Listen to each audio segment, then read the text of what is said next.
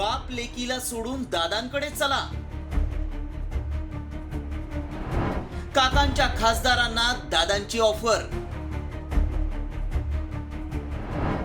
पवारांच्या खासदारांसाठी ऑपरेशन घड्याळ.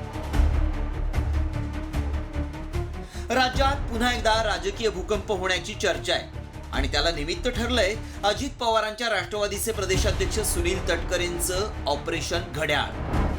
ऑपरेशन घड्याळ राबवण्यासाठी पवारांच्या 7 खासदारांना संपर्क केल्याचा आरोप जितेंद्र आव्हाडांनी केला आणि एकच खळबळ उडाली. खासदारांना म्हणाले की तुम्ही बापाला आणि मुलीला बाजूला ठेवा आणि या आमच्याकडे.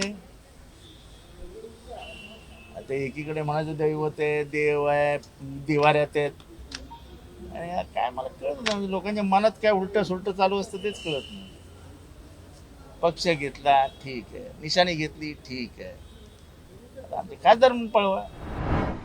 आव्हाडांपाठोपाठ आता शरद पवारांच्या राष्ट्रवादीचे खासदार अमर काळे यांनीही अधिवेशन काळात सोनिया दुहान यांच्या मार्फत 7 खासदारांना संपर्क केल्याचा दावा केलाय.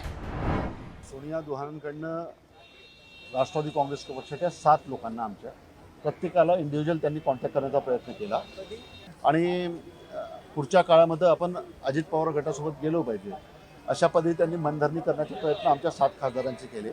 आता पुढच्या काळामध्ये जर तुम्हाला पुन्हा निवडून यायचं असेल, तुमचं पॉलिटिकल फ्युचर तुम्हाला जर पुन्हा हे करायचं असेल, तर स्टेबल करायचं असेल, तर तुम्ही अजित पवारांसोबत गेले पाहिजे अशा पद्धतीचं त्यांनी आमच्या 7ही लोकांना बोलून कन्व्हिन्स करण्याचा प्रयत्न केला.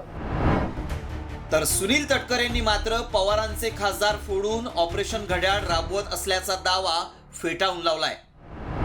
एक ज्या संस्कृतीमध्ये मी वावरलं त्याच्यामध्ये बाप लेक असा शंखप्रयोग माझ्या आयुष्यामध्ये कधी केलेला नाही.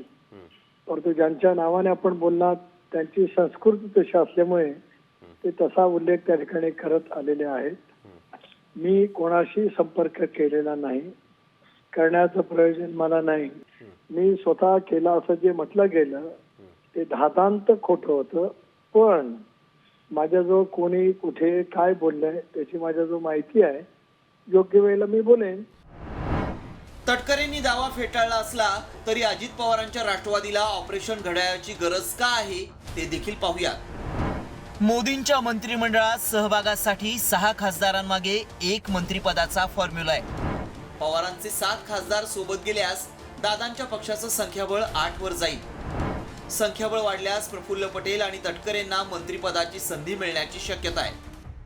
विधानसभा निवडणुकीत पवारांच्या राष्ट्रवादीचा दारुण पराभव झाल्यानंतर खासदारांमध्ये चलबिचल सुरू झाल्याची चर्चा रंगली आहे. त्यामुळे पवारांचे खासदार दादांच्या गळाला लागणार की पवारांसोबत राहून विरोधी पक्षाची भूमिका बजावणार याकडे सगळ्यांचं लक्ष लागलंय. ब्युरो रिपोर्ट, साम टीव्ही न्यूज.